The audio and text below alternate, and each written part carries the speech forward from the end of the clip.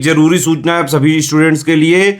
Study for civil services का Android app Google play store में आ चुका है, उसको प्लीज तुरंत इंस्टॉल कर लीजिए।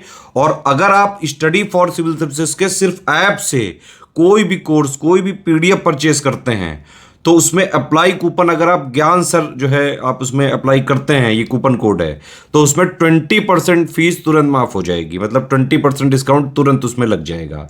ज्ञान सर लिखना है, नॉर्मली ज्ञान सर, स्मॉल लेटर में है सब कुछ, कोई स्पेस नहीं, कोई कॉलम नहीं, सिर्फ ज्ञान सर, GYANSIR। इस तरह से अगर कूपन कोड लगाते हैं आप ऐप में बाई करने से पहले, जो अप्लाई कूपन वाले में आता है, तो 20% का डिस्काउंट तुरंत मिलेगा। वीडियो देखिए। दोस्तों एक बार फिर से आपका स्वागत है CSET प्रिपरेशन के इस YouTube चैनल पर। फ्रेंड्स, आज की इस वीडियो में हम लोग मैथ्स की एक क्लास को और आगे बढ़ाएंगे, जिसमें कि प्रश्न संख्या 12 से आगे बढ़ेंगे। इससे पहले की वीडियोस में हम लोगों ने 11 तक के प्रश्नों का डिस्कशन कर रखा है। अगर आपने नहीं देखा है तो आप उसे ज़रूर देखिएगा। यह क्लास UP PCS प्री 2024 के सेट के आधार पर चलाई जा रही, परंतु यह सभी प्रकार के स्टेट PCS एग्जाम और वनडे एग्जाम के लिए अत्यंत उपयोगी है, जहां पर मैथ से जुड़े प्रश्न देखने के लिए मिलते हैं। दोस्तों, जितने भी प्रश्न हैं सब अलग अलग प्रकार के प्रतियोगी परीक्षाओं में या फिर स्टेट PCS एग्जाम में पूछे जा चुके हैं। तो यहाँ से आपको एक अंदाज़ा मिल लगेगा कि किस प्रकार के प्रश्न पेपर में देखने के लिए मिलते हैं। देखिए, प्रश्न दोनों भाषा में दिया गया, इधर इंग्लिश में और यहाँ पर हिंदी में दिया गया। प्रश्न संख्या 12 है, किसी त्रिभुज ABC में AB बराबर 9 सेंटीमीटर है और BC बराबर 40 सेंटीमीटर, AC बराबर 41 सेंटीमीटर है, तो त्रिभुज होगा। देखिए, एक बड़ा सामान्य सा फार्मूला आप याद रखिएगा। जब कभी भी आपको त्रिभुज के प्रकार की बात करें तो आप इसमें पाइथागोरस प्रमेय, पाइथागोरस थ्योरम को अप्लाई कीजिएगा। पाइथागोरस थ्योरम होता है कर्ण स्क्वायर बराबर लंब स्क्वायर प्लस आधार स्क्वायर। यहाँ पे देखिए, अगर इंग्लिश में लिखेंगे तो हाइपोटेनियस का square is equal to perpendicular का स्क्वायर और प्लस बेस का स्क्वायर। अब अगर ये बराबर आएगा तो त्रिभुज होगा राइट एंगल ट्रायंगल, मतलब समकोण। और अगर ये जो भुजाओं का योग है ये ज़्यादा आ जाएगा, ये छोटा हो जाएगा, तो ये अधिक कोण त्रिभुज होगा, और कम आएगा तो न्यून कोण त्रिभुज बनेगा। तो आप यहाँ पे चेक कर लीजिएगा। देखिए, सबसे बड़ी भुजा 41 है, तो 41 का अगर आप स्क्वायर करेंगे तो आपको मिलेगा 1681, और 40 का स्क्वायर 1600 होता है और प्लस 9 का स्क्वायर 81। तो सही है, बराबर दिख रहा है। ऐसे भी आप देख सकते थे स्टार्ट में कि 9, 40, 41 एक ट्रिपलेट होता है। ट्रिपलेट का मतलब ऐसी तीन संख्याओं का जोड़ा जिस पर पाइथागोरस का प्रमेय कार्य करे। ट्रिपलेट हमेशा समकोण त्रिभुज के लिए होता है, तो इसका सही उत्तर हो जाएगा समकोण, विकल्प ए, राइट एंगल ट्रायंगल, है ना। और आगे बढ़ते हैं दोस्तों। आप स्क्रीन पर कुछ नंबर देख पा रहे होंगे। अगर आप टीम के पेड कोर्सेज से जुड़ना चाहते हैं PCS के कंप्लीट प्रिपरेशन के लिए, तो इन दिए गए नंबर पे कॉल या व्हाट्सएप करके आप जानकारी प्राप्त कर सकते हैं। ये ज्ञान सर का व्हाट्सएप नंबर है, आप यहाँ से व्हाट्सएप के माध्यम से भी जानकारी ले सकते हैं। और जिन दोस्तों ने अभी तक स्टडी फॉर सिविल सर्विसेज का एप्लीकेशन इंस्टॉल नहीं किया, आप ज़रूर इंस्टॉल कीजिएगा, क्योंकि एप्लीकेशन के माध्यम से अगर आप किसी भी कोर्स को परचेस करते समय कूपन कोड अप्लाई करते हैं ज्ञान सर, तो आपको 20% का डिस्काउंट भी मिलेगा। अगले प्रश्न पर आते हैं दोस्तों। प्रश्न संख्या 13 दिया है, निम्नलिखित प्रेक्षणों या निम्न प्रेक्षण 37, 31, 42, 43, 46, 25, 29, 43 और 32 की माध्यिका होगी। देखिए, जब कभी भी आपसे माध्यिका पूछा जा रहा है, मतलब मीडियन पूछा जा रहा है, तो जो भी डेटा दिया होगा इनको आप पहले आरोही या अवरोही क्रम में व्यवस्थित करेंगे, मतलब इंक्रीजिंग ऑर्डर या फिर डिक्रीजिंग ऑर्डर में सेट करेंगे, है ना।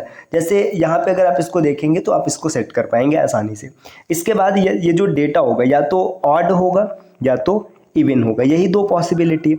अगर डेटा ऑड होगा तो आप डायरेक्ट फार्मूला अप्लाई करेंगे n+2, है ना, n+1/2, मतलब जो भी आएगा यही जो पद बनेगा, मतलब इतने नंबर का डेटा आंसर होगा।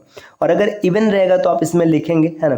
देखिए, ये मैं आपको नंबर के फॉर्मेट से समझा रहा हूँ, थोड़ा अच्छा समझ में आएगा। जैसे मान के चलिए कि ये 10 डेटा है ना, 10 डेटा है, तो फिर आप यहाँ पे क्या करेंगे, 5वां और 6वां जो पद रहेगा उसका आधा करेंगे, है ना।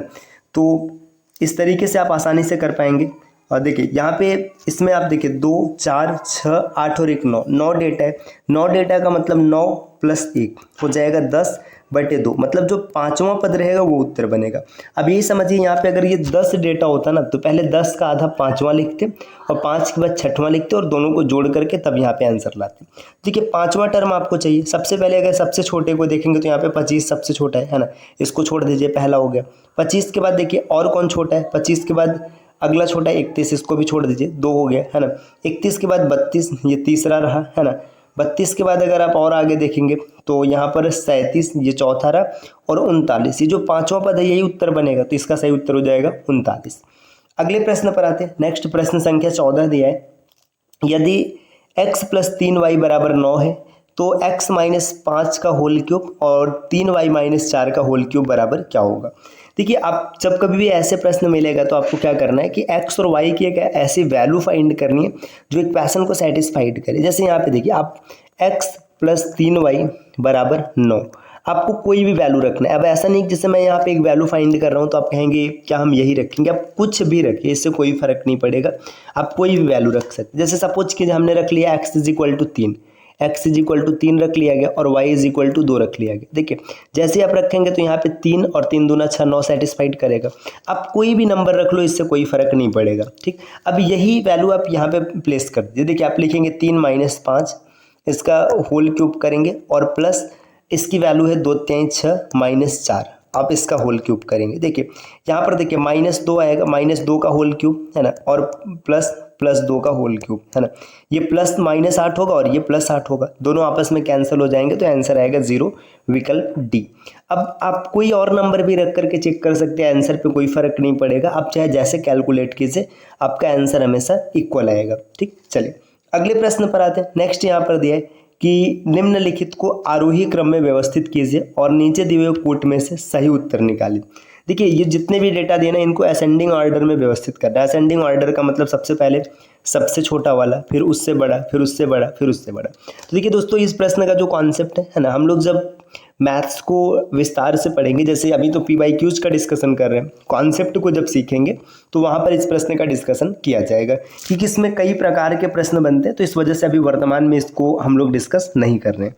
अगले प्रश्न पर आते हैं। प्रश्न संख्या 16 दिया है, कोई व्यक्ति 20 रुपये में 25 सेब की दर से सेब खरीदता है तथा उन्हें 25 रुपये में 20 सेब की दर से बेचता है, उसका लाभ प्रतिशत क्या है। देखिए, आदमी 20 रुपये में 25 सेब खरीद रहा है, मतलब 25 सेब खरीद लिया, कितने रुपए में, 20 रुपये में। ठीक, यहाँ पर मतलब जो वस्तु खरीद रहा है यहाँ पर रुपए, आप समझ जाना ये रुपए है। ठीक, इसके बाद देखिए यहाँ पर तथा 25 रुपये में 20 की दर से बेचता है, मतलब देखिए क्या कर रहे हैं, 20 से बेच दे रहे हैं कितने रुपए में, 25 रुपये में। अब एक चीज़ ध्यान दीजिएगा, आदमी जब खरीदेगा और बेचेगा तो समान मतलब इक्वल आर्टिकल्स को परचेस करेगा और सेल करेगा। यहाँ पे 25 है, यहाँ पे 20 है। सबसे पहले ना इनको बराबर कीजिए। बराबर करने के लिए आप इनका LCM लीजिए या फिर कोई भी मेथड है जिससे आप कर सकें। देखिए, मैं यहाँ पर अगर 5 से मल्टीप्लाई करा दूँ तो 100 सेब खरीद लेगा, और यहाँ पर 4 से मल्टीप्लाई करा दूँ तो 100 सेब खरीद लेगा। देखिए, 100 सेब खरीदने के लिए यहाँ पे 4 से मल्टीप्लाई किया गया, तो 4 से मल्टीप्लाई करेंगे, 80 रुपये का 100 सेब खरीद रहे हैं। ठीक, और यहाँ पर 5 से मल्टीप्लाई कराएंगे तो 125 रुपये का 100 सेब बेच रहा है। देखिए, 80 रुपये का खरीद के 125 रुपये का बेच रहा है, मतलब इसको 45 रुपये का प्रॉफिट हो रहा है। कितने रुपए पर, 80 रुपये पर। लगाया 80 रुपये और कमा कितना रहे, 45 रुपये। परसेंट निकालने के लिए 100 से गुणा करा देंगे। देखिए, ये 4 आ गया और यहाँ पर 5 आ गया। फिर इसको हल करते हैं, 11.25। देखिए, 11 × 5 = 55 होता है ना। अगर मल्टीप्लाई कराएंगे आप 11.25 गुणे 5 में, तो 11 × 5 = 55 होता है। जो भी आंसर आएगा 55 से बड़ा होगा, सिर्फ एक ही विकल्प 55 से बड़ा दिखा है, तो यही उत्तर बन जाएगा 56.25%। आप कैलकुलेट करके भी चेक कर सकते हैं। अगला प्रश्न यहाँ पर दिया कि एक निश्चित राशि चक्रवृद्धि ब्याज से अपने की 3 गुनी हो जाती है, कितने वर्षों में ये 9 गुनी हो जाएगी। यहाँ पे समय नहीं दिया। अच्छा, इंग्लिश में देखिए, a certain some of money in 3 years. देखिए, ये जो समय है ना, समय 3 ईयर्स है। 3 ईयर्स में क्या होता है, 3 गुना हो जाता है, मतलब 3 टाइम थ्राइस हो जाता है। तो आपको बताना है कितने टाइम में, 9 टाइम्स हो जाएगा।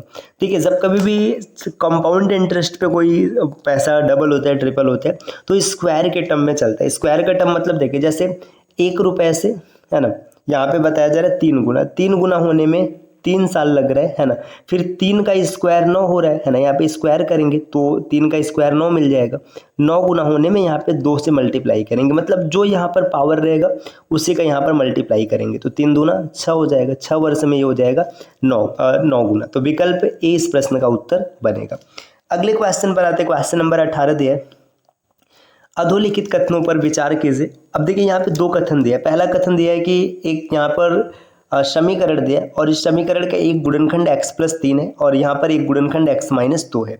आपको बताना है कि इसमें से कौन सा सही होगा। देखिए जब कभी भी गुणनखंड की बात की जाए, जैसे ये x+3 गुणनखंड है, इसका मतलब पता है क्या कि अगर x+3 से इसमें भाग देंगे तो पूरा पूरा भाग चला जाएगा। तो क्या यहाँ पर भाग देकर चेक करेंगे? जी नहीं, इसका अल्टरनेटिव मेथड है, जैसे x+3 है ना, और बराबर में 0 होगा। अगर हम x की वैल्यू निकालें तो x इज इक्वल टू -3 आ जाएगा। अगर इस इक्वेशन में x की वैल्यू रखेंगे तो आंसर 0 आएगा। रख के चेक करते हैं। देखिए पहले में रखेंगे -3 तो यहाँ पे आएगा -27 है ना, प्लस 9 इंटू 3 तो यहाँ पर 2 18 हो जाएगा, मतलब 18, और -3 तिरिक का 9 और प्लस 8। देखिए 18 8 26 प्लस में है और 27 और 9 36 माइनस में, ये 0 नहीं हो रहा है, मतलब पहला गलत हो जाएगा। दूसरे पर आते हैं। देखिए x -2 है तो x इज इक्वल टू 2 हो जाएगा, x बराबर 2 हो जाएगा। x बराबर 2 रख के चेक करिए, 2 का क्यूब 8 हो जाएगा है ना, प्लस 2 दूना 4 दूना 8 हो जाएगा है ना। इसके बाद यहाँ पर देखिए 3x मतलब 3 दूना 6 हो जाएगा है ना, और प्लस 8 हो जाएगा। देखिए क्या यहाँ पर ये 0 हो रहा है, ये भी 0 नहीं हो रहा है। अगर ये 0 नहीं हो रहा है तो फिर कोई चांस ही नहीं कि सही हो जाएगा। तो ना तो पहला सही नहीं दूसरा सही, इसका सही उत्तर हो जाएगा विकल्प सी, ना इधर ना तो एक और ना ही दो, तो कोई सही नहीं है। आप आसानी से इसको चेक कर पा रहे हैं है ना। अब एक बार इसको फिर से देख लेते हैं, कैलकुलेशन में कोई मिस्टेक नहीं है ना। 3 तिरिक का 9, ये माइनस का 9 हो जाएगा, 27 नहीं है। ठीक, चलिए अगले प्रश्न पर आते हैं। प्रश्न संख्या 19 है। इसमें पूछा जा रहा है कि इसका सरलतम रूप क्या होगा। देखिए जब भी सरलतम रूप की बात करता है, इसका मतलब ये होता है कि आपको बताना है कि जब इसे सही से हल किया जाएगा तो इसमें से क्या बचेगा और क्या नहीं बचेगा। देखिए x-1 दिया तो x² -1 है, तो आप इसे आराम से लिख सकते हैं x+1 एक कोष्ठक में और दूसरे कोष्ठक में x-1 है ना, और बटे x+1। देखिए x+1 से x+1 कट जाएगा, x-1 ऊपर बचेगा। ठीक, तो यहाँ पे इसको अगर हम हल करेंगे तो ये बचेगा x-1 है ना, और बीच में प्लस है।